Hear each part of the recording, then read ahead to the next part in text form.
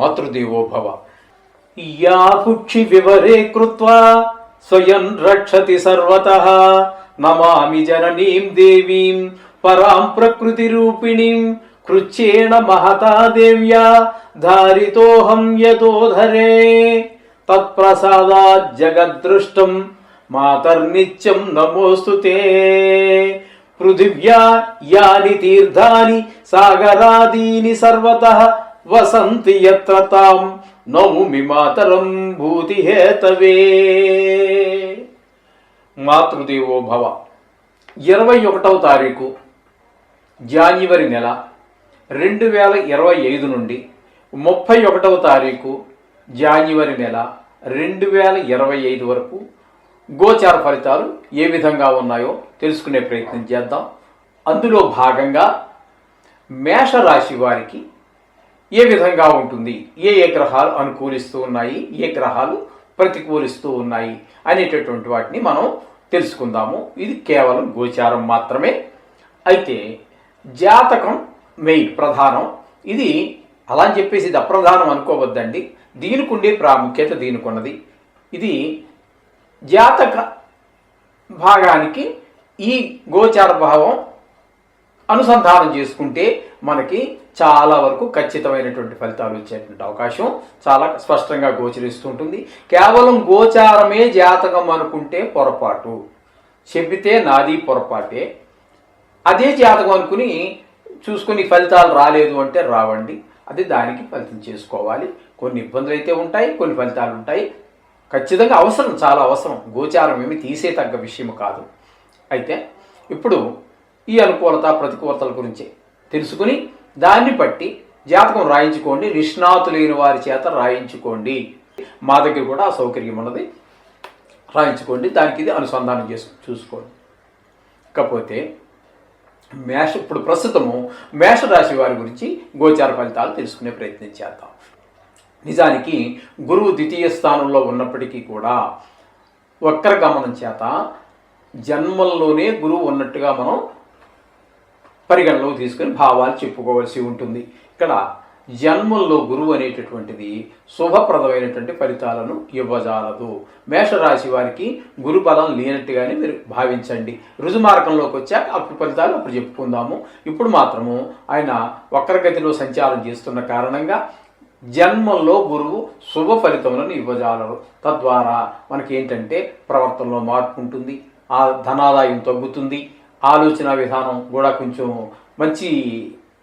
మంచిగా ఉండదు. ఆలోచన విధానం కూడా తద్వారా కొంచెం ప్రవర్తనలో కూడా కొన్ని తేడాలు వచ్చేటటువంటి అవకాశాలు కనిపిస్తూ ఉంటాయి. మొత్తం మీద అనుకూలమైన ఫలితాలను గురువు ఇవ్వజాలడు. ఇకపోతే నిజానికి కుజుడు మిథునంలో సంచరిస్తూ ఉన్నారు, అది వక్ర మార్గంలో సంచరిస్తూ ఉన్నారు. కాబట్టి ఇక్కడ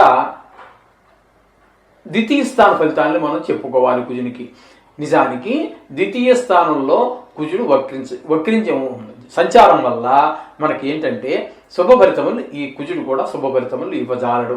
ఇక్కడ అంటే మన ఇంటిలో కొంచెము ఒకరి మాట ఒకరు పొసగనటువంటి పద్ధతి ఉంటుంది. అలాగే ధనం రాబడి తగ్గేటటువంటి అవకాశం ఉంటుంది.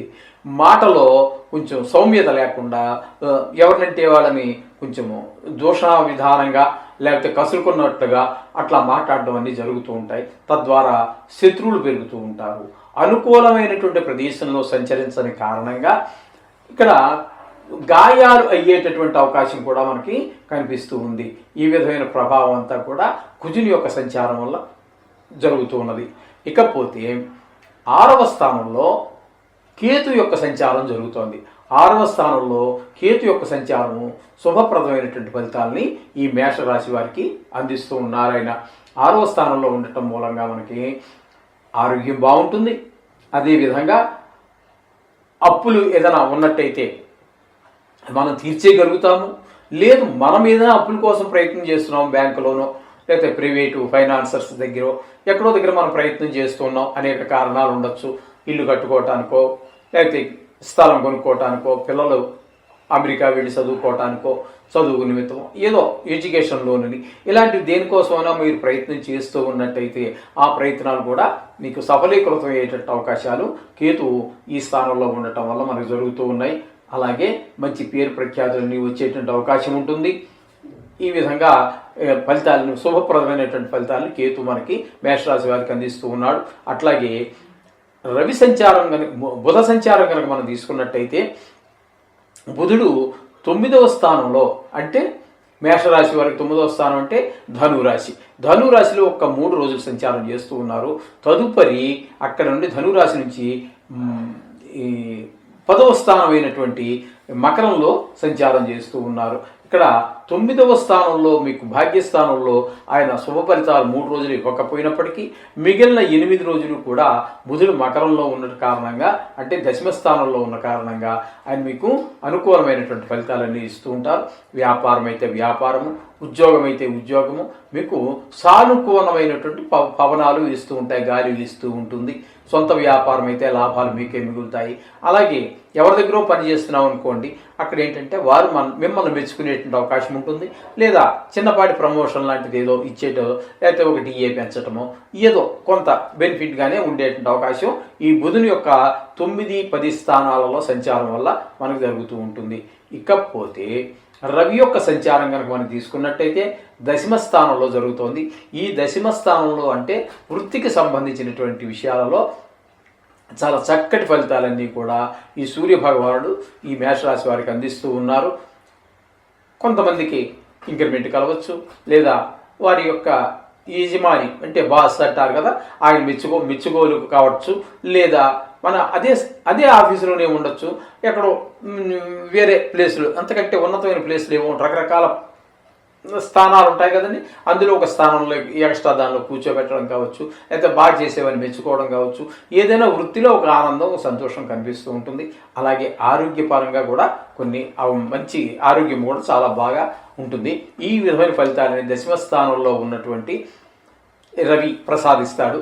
ఇకపోతే శుక్ర భగవాను యొక్క సంచారం కనుక మనం తీసుకున్నట్టయితే 11, 12 స్థానాల్లో శుక్ర భగవాన్ యొక్క సంచారం జరుగుతోంది. ఇక్కడ 11వ స్థానంలో అంటే 28 వరకు, అంటే ఇంచుమించుగా 8 రోజుల పాటు ఇక్కడ సంచారం చేస్తూ ఉన్నారు 11వ స్థానంలో. అలాగే 12వ స్థానంలో ఒక 3 రోజులు. 2 ప్రదేశాలలోనూ కూడా శుక్ర భగవానుడు మీకు అత్యంత శుభప్రదమైనటువంటి ఫలితాలను ఇస్తూ ఉన్నారు ఆయన అక్కడ. ఎందుకంటే ఆయన లాభస్థానంలోను, వ్యయ స్థానంలో కూడా, వ్యయ స్థానంలో శుభ ఫలితాలు ఇచ్చేటటువంటి ఏకైక గ్రహం ఏదైనా ఉంది అంటే అది శుక్ర భగవానుడే. కాబట్టి 2 జాగాల్లోనూ మంచి ఫలితాలన్నీ ఇస్తూ ఉన్నారు. ఇక్కడ ధనాదాయం బాగుంటుంది, అలాగే మంచి ఖుషీగా ఉంటుంది, హాయిగా ఉంటుంది, సర్వసుఖాలు అనుభవంలోకి వస్తాయి. అంచేత ఈ విధమైన ఫలితాలన్నీ కూడా ఆయన ఇస్తూ ఉన్నారు. అట్లాగే మీకు శని భగవానుడు కూడా ఏకాదశ స్థానంలో సంచారం చేస్తూ ఉన్నారు. ఏకాదశ స్థానంలో సంచారం శని భగవాన్ చాలా మంచి ఫలితాలన్నీ కూడా, చక్కటి ఫలితాలన్నీ ఇస్తారు మీకు. అంతే ద్వారా అక్కడ ధనార్జన బాగుంటుంది, వ్యవహార శైలి బాగుంటుంది, ఆరోగ్యం బాగుంటుంది, ఆయుర్దాయం బాగుంటుంది. సోదరులు వీళ్ళందరూ కూడా మనకి అనుకూలమైనటువంటి ఫలితాలు అనుకూలంగా ప్రవర్తిస్తూ ఉంటారు. ఈ విధమైన ఫలితాలని శని భగవానుడు ఈ మేషరాశి వారికి ఇస్తూ ఉన్నాడు. ఇకపోతే వ్యయస్థానంలో రాహు సంచారం జరుగుతోందండి. రాహు సంచారం వ్యయస్థానంలో శుభప్రదమైనటువంటి ఫలితాలను ఇవ్వజాలడు. అక్కడ ఏంటంటే ధన వ్యయం పెరుగుతుంది, శత్రు భయం పెరుగుతూ ఉంటుంది, మనోవిచారం కలుగుతూ ఉంటుంది. అలాగే కొంతమందికి విదేశీ యానం చేయాలి అనుకునేటటువంటి వారికి మాత్రం కొంచెం అనుకూలమైనటువంటి ఫలితాలు వచ్చే అవకాశం ఉంది. కొంతమంది, ఎందుకంటే మనం చెప్పుకున్నాం కదండి, రాశిగతమైనటువంటి ఫలితాలు మాత్రమే ఇవి, అందుచేత వ్యక్తిగతమైనటువంటి కావు. కాబట్టి ఇది కొన్ని కోట్ల జనాభాకి సంబంధించినటువంటి వ్యవహారము. అక్కడ మీకు కొంతమంది దుర్మార్గులు ఉంటారు. ఈ 70 కోట్ల మంది సుమారు జనాభా అనేటప్పటికీ కొన్ని కోట్ల జనాభాలో చాలా మంచివారు ఉంటారు, చాలా దుర్మార్గులు ఉంటారు. ఆ దుర్మార్గాన్ని ఎంచడానికి సరిపడము, కొంతమంది యొక్క మంచితనాన్ని ఎంచడానికి కూడా సరిపడము. అంత మంచివారు ఉంటారు, అంత చెడ్డవారు ఉంటారు. కాబట్టి అందులో కొంతమందికి దుర్మార్గంగా ప్రవర్తించేటటువంటి వారికి కారాగార శిక్ష పడే అవకాశం కూడా ఉంటుంది. అది కొంతమందికి భారీగా నష్టం జరిగే అవకాశం కూడా ఉంటుంది. అలాగే రాహు కారణంగా క్రిమికీటకాదుల వలన అంటే దోమలు కావచ్చు, బల్లులు కావచ్చు, బొద్దింకలు కావచ్చు, ఇట్లాంటి వల్ల ఎలకలు కావచ్చు, ఇట్లాంటి వల్ల కొంత హాని జరిగేటువంటి అవకాశం కూడా మనకు స్పష్టంగా గోచరిస్తుంది. ఈ విధంగా మీకు ఇక్కడ శుక్ర భగవానుడు అనుకూలంగా ఉన్నాడు, శని భగవానుడు అనుకూలంగా ఉన్నాడు, అలాగే బుధుడు కూడా చాలా అనుకూలంగా ఉన్నాడు. అలాగే అంచేత ఈ విధమైనటువంటి ఈ దశమ స్థానంలో రవి కూడా మనకి అనుకూలమైనటువంటి ఫలితాలన్నీ ఇస్తున్నాడు. అంచేత ఎక్కువ గ్రహాలు కేతు అనుకూలంగా ఉన్నాడు, అందుచేత చాలా గ్రహాలు ఎక్కువ గ్రహాలు అనుకూలమైన పరిస్థితి ఉంది. కాబట్టి షేర్ మార్కెట్లో ఉన్నటువంటి వారికి అట్లాగే మనకి ఇందులో ఉన్న పెట్టుబడి పెట్టేటటువంటి వారికి, సినీ రంగంలో ఉన్నటువంటి వారికి, టీవీ రంగంలో ఉన్నటువంటి వారికి కూడా అనుకూలమైనటువంటి కాలంగా మనం ఈ 10 రోజుల కాలాన్ని మనం చెప్పుకోవచ్చు మేషరాశి వారికి. అయితే కొన్ని గ్రహాల ప్రతికూలతలో అనుకూలత మామూలే, సర్వసహజం. ప్రతికూలంగా ఉన్నటువంటి వారికి నవగ్రహాలకి సంబంధించినటువంటి ఏది వస్తే అది మీరు చేసుకోండి. ఏదో కష్టం వచ్చినప్పుడు ఏదో హోమం చేశాము, 20,000 ఖర్చు పెట్టాం, 10,000 ఖర్చు పెట్టామని కాదండి. అవసరం వచ్చినప్పుడు వాడుకుని, అవసరం లేనప్పుడు ఆయన మొహం చూడకుండా ఉండకూడదు. కానీ ఇది మానవ సహజం. మానవులు ఇదే విధంగా ఉంటూ ఉంటారు. చాలామంది ఏదో 1%, 2% ఎవరికైనా మినహాయింపు ఉండవచ్చేమో, కానీ ఏదో గ్రహం బాగాలేదని ఏదో మన జ్యోతిష్యుడు చెప్పారు, దానికి చేస్తాం భయంకరంగా. ఆ రోజుతో వదిలిపెట్టకూడదండి. అలా పరిస్థితి మారగానే. అందుచేత ప్రతినిత్యము మనం నడిపించేవి నవగ్రహాలే కాబట్టి నవగ్రహాలకు సంబంధించినటువంటి శ్లోకాలు ఏదో ఒక 2 minutes రోజు ఒక పూజలో ఆ యొక్క నవగ్రహాలకు సంబంధించినటువంటి వ్యవహారాన్ని చదువు పఠించండి, నమస్కారం చేసుకోండి. ఇదంతా శుభం జరుగుతుంది.